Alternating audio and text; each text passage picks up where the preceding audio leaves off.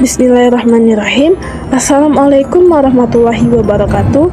Salam sejahtera bagi kita semua. Selamat siang ibu dosen dan teman-teman semua. Puji syukur kita haturkan kepada Allah Subhanahu wa Ta'ala, dan sholawat serta salam kita curahkan kepada Nabi Muhammad Sallallahu Alaihi Wasallam dengan lafaz Allahumma sholli ala Sayyidina Muhammad wa ala ali Sayyidina Muhammad. Saya Safitri Watimanisi dengan NIM A1C221018 dari kelompok 2 izin memperkenalkan pemateri kita pada hari ini. Pemateri pertama yaitu Diah Mutiara Pajar Nukraini dengan NIM A1C221060. Pemateri kedua yaitu Fidela Justin Mulyadi dengan NIM A1C221080. Pemateri ketiga yaitu Aditya Rizky Putra dengan NIM A1C221002. Pemateri keempat yaitu Bagas Gabriel Gultam dengan NIM A1C221032. Kemudian pemateri kelima yaitu Ira Iswari dengan NIM A1C221104. Pemateri keenam yaitu Safitri Watimanisi dengan NIM A1C221018. Pemateri terakhir yaitu Erna dengan NIM A1C221083. Itulah pemateri pada hari ini. Kemudian kelompok kami akan mempresentasikan materi yang berjudul Formasi Konsep Matematika lanjutan. Nah, baiklah, tidak memperpanjang lagi, marilah sama-sama kita saksikan presentasi dari kelompok kami. Baik, materi yang pertama yaitu konsep matematika sebagai warisan budaya. Sebelum mengenal lebih jauh tentang materi ini, ada baiknya kita harus mengerti pengertian matematika dan warisan budaya. Matematika berasal dari bahasa Latin, matenein atau matema, yang berarti belajar atau hal yang dipelajari. Matematika dalam bahasa Belanda disebut wiskunde atau ilmu pasti, yang kesemuanya berkaitan dengan penalaran. Menurut etimologi, kata matematika berasal dari bahasa Yunani kuno, yaitu mathema, yang berarti pengkajian, pembelajaran, serta ilmu yang ruang lingkupnya menyempit, yang bisa diartikan dengan teknisnya menjadi pengkajian matematika. Selanjutnya ada warisan budaya. Warisan budaya atau culture heritage merupakan bagian dari keberagaman dan kekhasan yang dimiliki oleh setiap suku bangsa. Warisan budaya dapat pula ditafsirkan sebagai bagian inti dari jati diri suatu bangsa. Dengan kata lain, martabat suatu bangsa ditentukan oleh kebudayaannya yang mencakup unsur-unsur yang ada di dalamnya. Warisan budaya adalah kekayaan yang harus kita pelihara dan kita kembangkan. Sekiranya itulah pembahasan tentang definisi dari matematika serta warisan budaya. Selanjutnya, saya juga akan membahas tentang sejarah matematika dalam warisan budaya. Evolusi matematika ini sebenarnya dapat dipandang sebagai deretan abstraksi yang selalu bertambah banyak. Atau dengan perkataan lain, perluasan pokok masalahnya itu semakin meluas. Matematika juga sebenarnya sudah dikenal oleh manusia prasejarah. Mereka mengetahui matematika itu dengan cara mencacah besaran abstrak seperti waktu, hari, musim, dan tahun. Mereka juga sebenarnya sudah mengenal aritmatika dasar, seperti penjumlahan, pengurangan, perkalian, dan pengembangan, yang sudah mereka lakukan dalam kehidupan mereka sehari-hari di dalam ranah perdagangan, pengukuran tanah, pelukisan, dan pola-pola penenunan, serta pencatatan waktu. Hingga pada akhirnya, pada tahun 3000 sebelum Masehi, ketika orang Babilonia dan Mesir kuno mulai menggunakan aritmatika, aljabar, dan geometri untuk perhitungan pajak dan urusan keuangan lainnya, bangunan dan konstruksi dan astronomi, pengkajian matematika yang sistematis di dalam kebenarannya sendiri dimulai pada zaman Yunani kuno antara tahun 600 dan 300 sebelum Masehi. Sekian itu saja pembahasan dari saya. Selanjutnya, matematika dan warisan budaya akan dilanjutkan oleh Adel. Matematika dalam warisan budaya itu dibagi menjadi dua, ada matematika empiris dan matematika kontemporer. Nah, matematika empiris ini dimulai pada abad ke-6 sebelum Masehi sampai 1850. Empirisme ini secara etimologis itu berasal dari kata Yunani, yang berarti berpengalaman dalam, berkenalan dengan, dan terampil untuk. Nah, kalau secara terminologis itu terdapat beberapa definisi mengenai empirisme. Yang pertama itu doktrin kalau sumber seluruh pengetahuan itu harus dicari dalam pengalaman. Yang kedua, pandangan kalau semua ide itu merupakan abstraksi yang dibentuk dengan menggabungkan apa yang dialami. Dan yang ketiga, pengalaman indirawi itu adalah satu-satunya sumber pengetahuan dan bukan akal. Tapi, menurut Horner dan Hahn pada tahun 2003, aliran ini tidak mungkin untuk mencari pengetahuan mutlak dan mencakup semua segi, kalau di dekat kita itu ada kekuatan yang dapat dikuasai untuk meningkatkan pengetahuan manusia, meskipun bersifat lebih lambat tapi bisa diandalkan. Nah, kaum empiris itu cukup puas dengan mengembangkan. Tokoh-tokoh yang dianggap sebagai benih dari empirisme itu ada Aristoteles, David Hume, John Locke, dan Bishop Berkeley. Pada tahun 1000 sebelum Masehi sampai 600 sebelum Masehi, di Sumeria, Babilonia, Mesir kuno, yang mengembangkan aritmatika itu adalah pedagang dan orang-orang awam. Pada tahun 600 sebelum Masehi sampai 300 sebelum Masehi, di Yunani, yang mengembangkannya itu para filsuf, terutama Pitagoras. Pada tahun 300 sampai 1200, di Stagnan, di Eropa, itu ada beberapa orang Boethius, Alcuino, Gerbert Leonardo Fibonacci. Nah, pada tahun 1200 sampai 1800 di Eropa, fajar menyingsing Robert Ricord, Gemma Fritius, Simon Stephen, John Napier, Newton, dan Leibniz. Nah, budaya yang paling menonjol dapat dikatakan sebagai ciri khas budaya suatu bangsa kan. Nah, ciri khas bangsa Yunani kuno itu ide-ide idealnya. Bangsa Romawi dengan budaya politik, militer, dan suka menaklukkan bangsa lain. Bangsa Mesir kuno ini dengan seni keindahan dan juga mistik.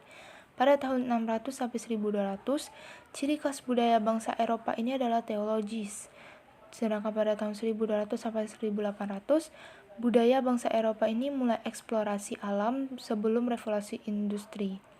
Pada abad ke-19 dan 20, penciptaan mesin-mesin otomatis yang bersamaan dengan kemajuan dalam bidang sains dan matematika. Sedangkan bangsa-bangsa Babilonia, Mesir, Sumeria itu dapat dipandang sebagai matematika empiris.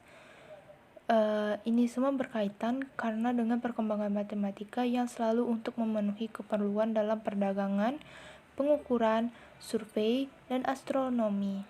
Dengan kata lain, matematika itu diangkat dari pengalaman manusia yang bergelut dengan masalah-masalah praktis dalam kehidupan sehari-hari. Kontribusi yang paling menonjol bangsa Yunani terhadap perkembangan matematika itu terletak pada dipilihnya metode deduktif dan kepercayaan bahwa fenomena alam itu dapat disajikan dalam lambang-lambang bilangan, dan ini semua terbukti karena sekarang telah ditemukan alat-alat elektronik digital. Untuk bangsa Eropa sendiri, itu baru belakangan ini tertarik pada matematika. Selama 1000 tahun matematika berkembang di Asia Kecil, Yunani dan Arab, itu tahun 400 sampai 120 itu berkembang matematika yang dapat dikatakan berhenti. Hanya beberapa gelintir orang yang mengembangkan secara individual. Di antaranya adalah Boethius, Alcuino, dan Gerbert. Dan yang paling terakhir adalah Leonardo Fibonacci yang baru pada abad ke-16 pusat perkembangan matematika itu berada di Eropa. Nah, filsafat matematika ini lahir di Yunani kuno yang ditemukan dan dikembangkan oleh para filsuf seperti Socrates, Plato, Aristoteles, dan juga beberapa filsuf pra-Socrates. Nah, masalah filsafat matematika ini juga masih menjadi kajian filsuf-filsuf masa kini. Pada abad ke-18, ada salah seorang filsuf yang bernama Immanuel Kant yang termotivasi oleh perselisihan empirisme yang mengungkapkan kalau kebenaran-kebenaran dari geometri, aritmatika, dan aljabar itu bersifat sintetik, a priori, yang berdasarkan pada intuisi pada zaman Yunani. Nah, filsafat pada matematika itu juga sangat dipengaruhi oleh studi mereka, yaitu geometri. Sedangkan pada abad 20, filsafat matematika ini menyangkut hubungan antara logika dan matematika yang ditandai dengan minat yang dominan dalam logika formal, teori himpunan, dan isu-isu mendasar. Menurut Aristoteles, objek matematika itu seperti segitiga dan lingkaran karena abstraksi dan dari percobaan, yaitu dari interaksi kita dengan berbagai benda-benda yang kira-kira berbentuk bulat yang membentuk konsep bola yang sempurna. Dampak aliran empirisme terhadap perkembangan ilmu matematika menurut Kartasamhita dan Wahyudin, matematika, terutama geometri, itu sudah mulai dikembangkan pada zaman Yunani klasik sepanjang tahun 600 sampai 300 sebelum Masehi. Tapi kenyataannya sejarah matematika ini dimulai jauh sebelum itu. Matematika yang paling kuno itu menurut Freibert pada tahun 1981 adalah Plimpton 322, Babel Mathematica 1900 sebelum Masehi di Moscow Mathematical Papyrus, dan Rin Mathematical Papyrus Matematika Mesir sekitar 1650 sebelum Masehi. Nah, salah seorang yang mengembangkan matematika di Eropa pada abad 17 itu Galileo Galilei. Ia mengamati lampu gantung di gereja Pisa dan mendapatkan kalau periode ayunan lampu itu tidak bergantung pada bujur ayunannya, dan membuktikan kalau periode ayunan itu tidak bergantung kepada beban bandulnya. Dan penemuan lainnya itu bahwa kecepatan benda jatuh itu tidak bergantung pada benda berat benda itu maksudnya. Nah, penemuan Galileo ini memberikan pandangan baru terhadap ilmu pengetahuan, yaitu keselarasan antara eksperimen dengan teori. Nah, seiring perkembangan cabang-cabang matematika mulai zaman sebelum Masehi sampai sekarang seperti aritmetika, geometri, kalkulus, aljabar, statistik, dan analisis beserta pembuktian-pembuktian yang telah ditemukan oleh para ahli matematika dapat kita pelajari sampai sekarang. Kalau kita mengkaji baik teori maupun bukti-bukti dari teorema-teorema cabang-cabang matematika itu, ini tidak akan terlepas dari penemuan-penemuan para ahli matematika dan filsafat matematika beserta paham yang dianutnya, dalam hal ini dalam paham empirisme. Nah, berdasarkan paham empirisme kontribusi terhadap perkembangan matematika itu menggunakan akal atau rasio dan pengalaman indera atau empirisis untuk merangsang ingatan dan membawa kesadaran terhadap pengetahuan yang selama ini sudah ada dalam pikiran. Untuk matematika kontemporer itu dimulai daripada tahun 1850 sampai sekarang. Pusat perkembangannya itu berada di Eropa. Aritmatika sendiri itu memiliki peran ganda sebagai alat bantu sains dan perdagangan dan sebagai uji komparatif landasan dasar tempat sistem matematika itu dibangun. Hobsbawm, Weyl, dan Mackey itu telah melukiskan peran aritmatika dengan indahnya. Perkembangan kalkulasi yang paling spektakuler itu juga sudah diciptakan oleh otak elektronik, yaitu komputer. Nah, komputer itu lebih banyak memerlukan matematika daripada aritmatika elementer. Penciptaan komputer itu memerlukan kolaborasi para pakar matematika, aritmatika, dan ahli teknik pakar mesin.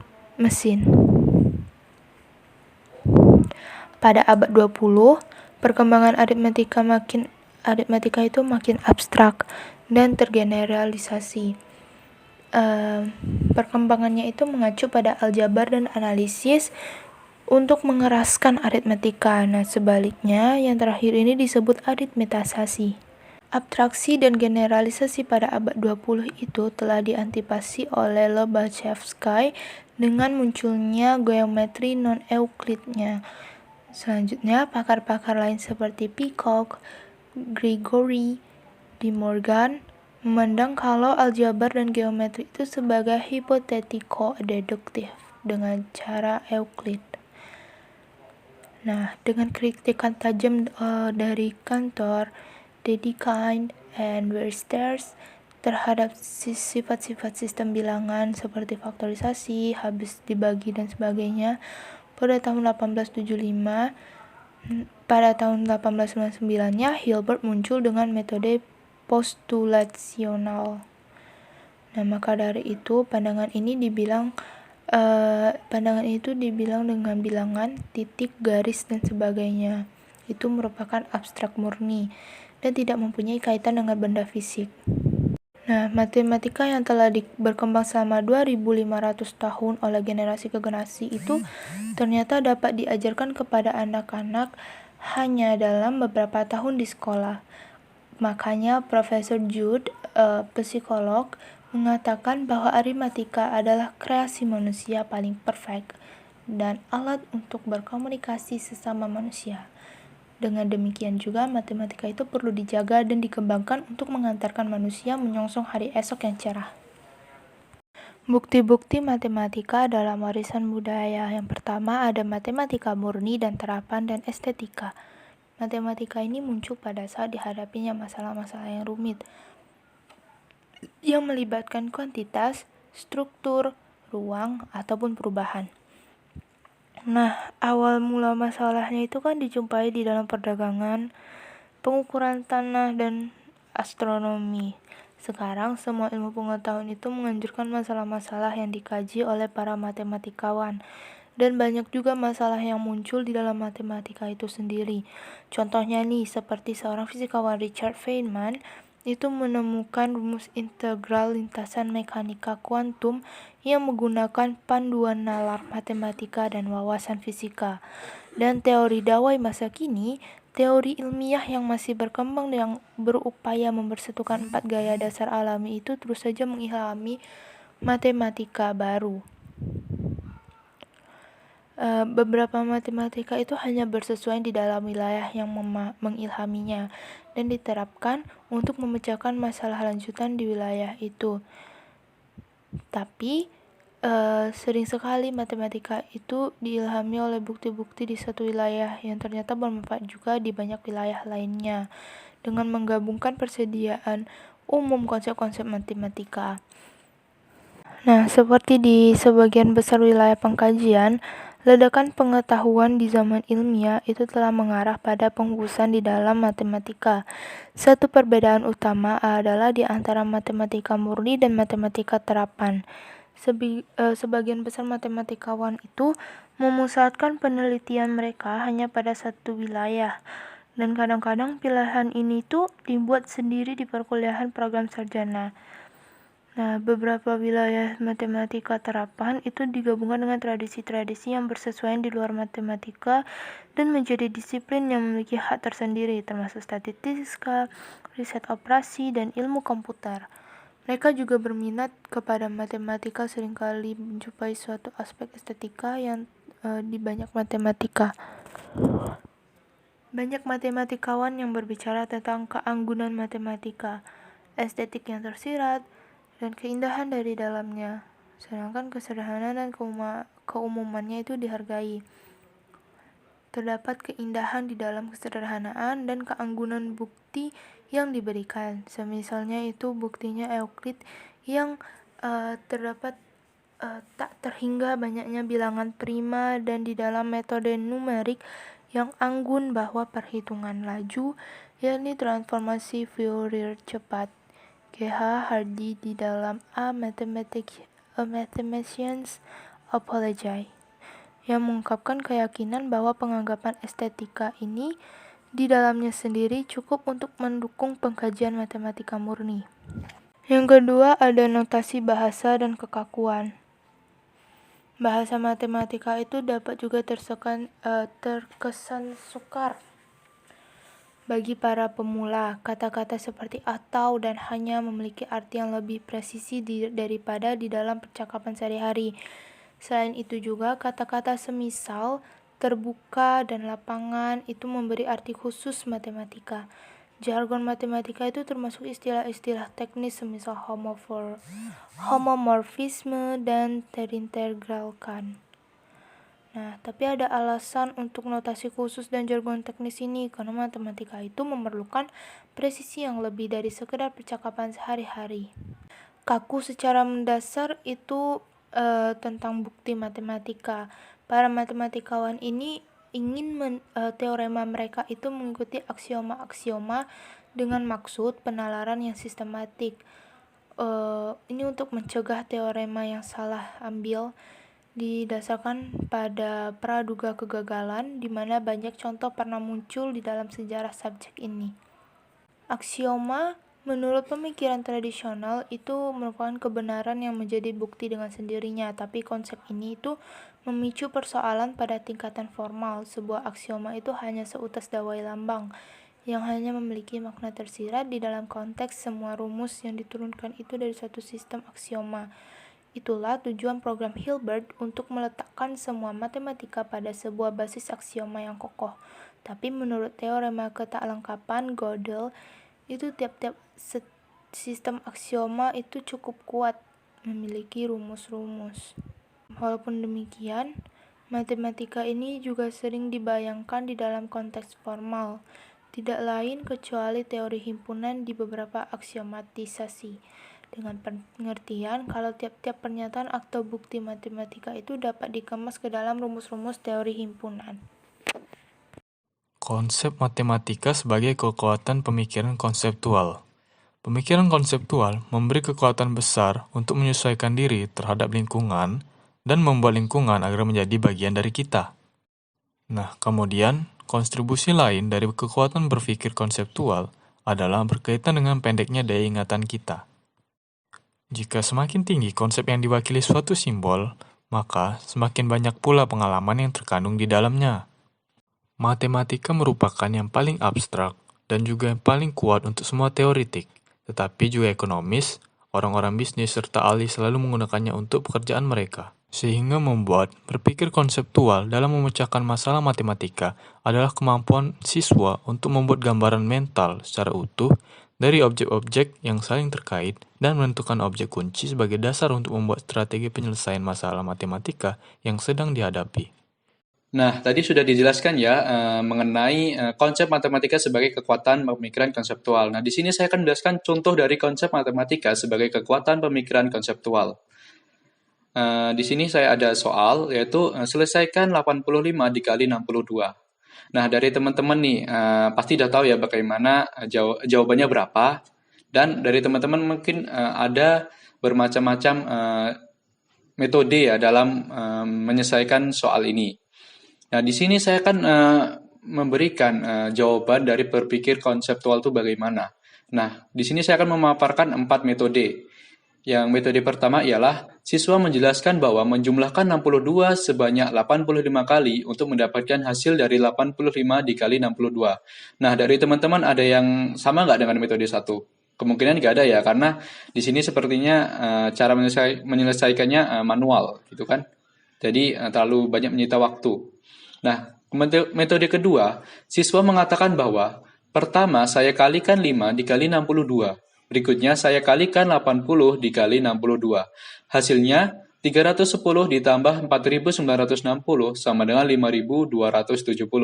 Nah, dari teman-teman mungkin ada ya dari cara ini. Kemudian metode ketiga, siswa mengatakan saya bagi masalah menjadi 4 bagian. Waduh, makin pusing ya ini. Yaitu 60 dikali 80 sama dengan 4800. Kemudian 60 dikali 5 sama dengan 300. Kemudian 2 kali 80 sama dengan 160, dan 2 kali 5 sama dengan 10. Nah, hasil perkalian dari masing-masing tadi dijumlahkan, sehingga hasil jumlahnya adalah 5270. Kemudian metode keempat, siswa mengatakan, pertama saya bulatkan 85 ke 90, yaitu dibulatkan ke atas ya, 85 tadi. Kemudian saya kalikan 90 dikali 62. Lalu saya kalikan 62 kali 5. Kemudian saya kurangi.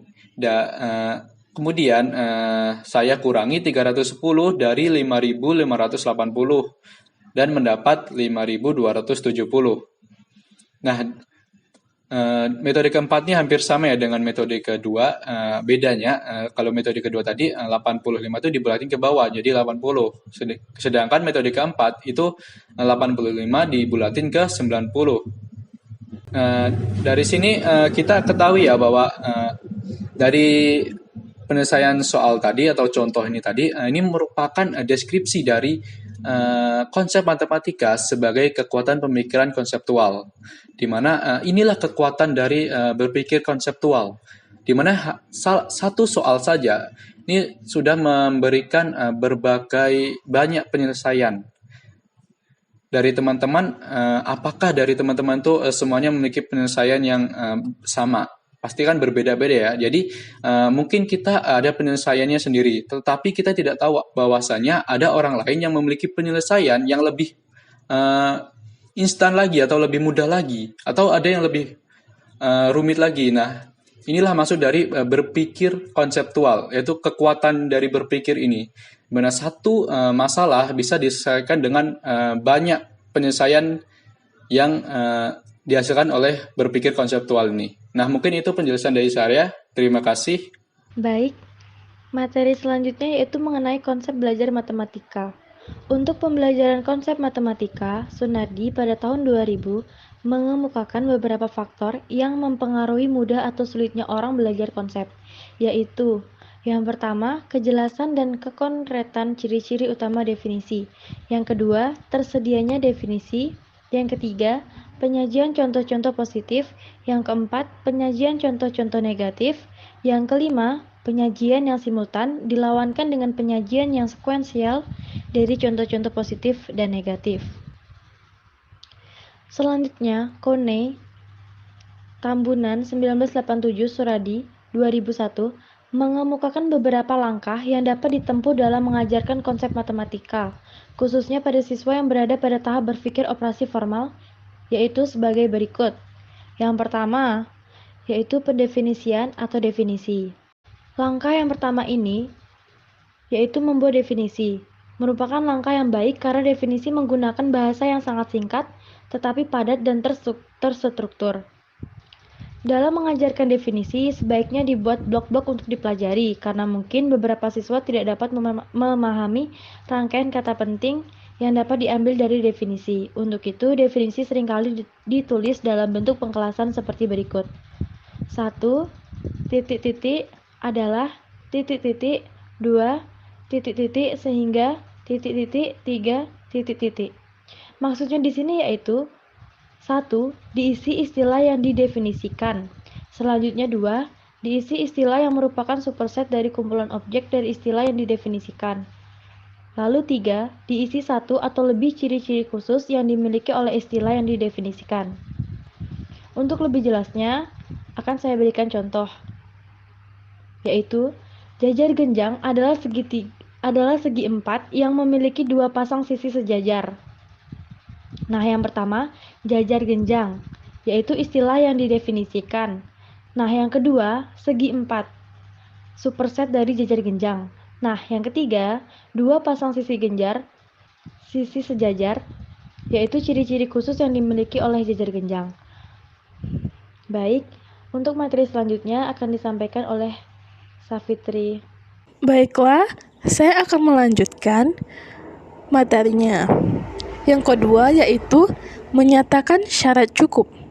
Contoh, jika segi empat memiliki sepasang sudut berhadapan sama besar, maka segi empat tersebut merupakan jajar genjang. Nah, dari contoh tersebut dapat dikatakan bahwa syarat cukup agar suatu segi empat merupakan jajar genjang adalah memiliki sepasang sudut berhadapan sama besar. Secara umum, syarat cukup didahului oleh kata jika. Kadang digunakan juga istilah lain seperti sebab, karena, asalkan, dengan alasan. Contoh lain. Yang pertama, suatu fungsi adalah fungsi linear asalkan grafiknya merupakan garis lurus. Kemudian contoh yang kedua, persamaan 14x kuadrat dikurang 9y kuadrat sama dengan 144 adalah hiperbola, sebab bentuknya A kuadrat X kuadrat dikurang B kuadrat Y kuadrat sama dengan A kuadrat B kuadrat. Dengan logika syarat cukup, siswa diharapkan mampu mencari contoh objek yang dinyatakan oleh konsep, sehingga langkah syarat cukup mempermudahkan penerapan dari konsep. Selanjutnya yang ketiga yaitu memberi contoh. Contoh-contoh adalah objek-objek yang ditunjuk oleh konsep, yaitu anggota-anggota himpunan yang ditentukan oleh konsep tersebut. Contoh-contoh yang diambil dapat memperjelas konsep yang dipelajari, karena bersifat definitif, spesifik, dan mudah dikenal. Untuk itu, diharapkan contoh yang dipilih adalah yang sederhana. Kemudian, siswa dituntun untuk mencari contoh-contoh sendiri. Misalnya, penyelesaian dari suatu persamaan adalah nilai-nilai yang apabila disubstitusikan pada persamaan itu menghasilkan kalimat yang bernilai benar. Nah, untuk memperjelas konsep ini, guru dapat memberikan contoh dari konsep ini seperti berikut. X sama dengan 2 adalah penyelesaian dari persamaan X kuadrat ditambah 2X dikurang 8 sama dengan 0. Nah, tidak semua konsep dapat diberikan contohnya. Misalnya, konsep tidak ada bilangan prima genap yang lebih besar dari 2. Nah, maka tidak mungkin dapat diberikan contoh untuk konsep ini. Kemudian, yang keempat, memberi contoh serta alasan. Pemberian contoh yang disertai dengan alasan relevan dengan penyajian syarat cukup. Dengan kata lain, alasan yang dikemukakan tidak lain adalah syarat cukup dari definisi. Cara ini sangat membantu bagi siswa yang lamban, di mana pada umumnya sulit mengerti hubungan logika antara syarat cukup suatu konsep dengan contoh. Nah, contoh penyelesaian dari suatu persamaan adalah nilai-nilai yang apabila disubstitusikan pada persamaan itu menghasilkan kalimat yang bernilai benar. Nah, untuk memperjelas konsep ini, guru dapat memberikan contoh dari konsep beserta alasannya seperti berikut ini. X sama dengan 2 adalah penyelesaian dari persamaan X kuadrat ditambah 2X dikurang 8 sama dengan 0. Karena jika X sama dengan 2 disubstitusikan pada persamaan tersebut, peroleh pernyataannya menjadi 2 kuadrat ditambah 2 dikali 2 dikurang 8 sama dengan 0 yang bernilai benar. Alasan yang diberikan tidak lain adalah syarat cukup agar X sama dengan 2 merupakan penyelesaian dari persamaan kuadrat X kuadrat ditambah 2X dikurang 8 sama dengan 0. Selanjutnya, yang kelima, memberi kesamaan atau perbedaan yang dinyatakan konsep. Cara ini menuntun siswa agar dapat membandingkan objek-objek yang ditunjukkan oleh konsep yang sedang diajarkan dengan objek-objek lain yang sudah dikenal oleh siswa. Nah, mempertentangkan objek-objek yang ditunjukkan oleh konsep dengan objek-objek lain yang dapat diperbandingkan untuk menunjukkan kesamaan dan perbedaannya. Kesamaan dan perbedaan yang ditemukan akan sangat membantu siswa dalam memahami dan mengingat konsep yang sedang dipelajarinya.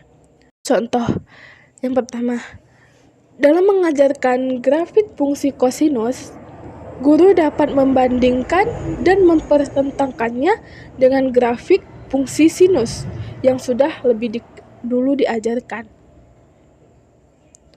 Kemudian yang kedua, dalam mengajarkan konsep persegi, guru dapat membandingkan dan mempertentangkannya dengan jajar genjang untuk menemukan kesamaan dan perbedaan sifat-sifat dari kedua konsep tersebut. Baiklah, demikianlah materi yang dapat saya sampaikan. Selanjutnya akan dilanjutkan oleh Erna. Terima kasih. F. Memberikan suatu contoh penyangkal. Contoh penyangkal digunakan untuk menyangkal kesalahan generalisasi atau definisi. Misal, seorang siswa menyatakan bahwa trapesium adalah segi 4 yang mempunyai sepasang sisi yang sejajar. Salah seorang temannya diminta menggambarkan persegi atau segi panjang di papan tulis. Kemudian guru bertanya, apakah gambar-gambar itu mempunyai dua sisi yang sejajar? Jawaban yang diharapkan adalah iya. Kemudian guru bertanya lagi, apakah gambar tersebut merupakan trapesium? Sesuai dengan definisi yang telah dipelajari, bukan definisi yang diberikan oleh temanmu tadi. Jawaban yang diharapkan adalah bukan. Gambaran yang diberikan siswa tadi merupakan contoh penyangkal dari definisi yang trapesium yang dikemukakan siswa sebelumnya.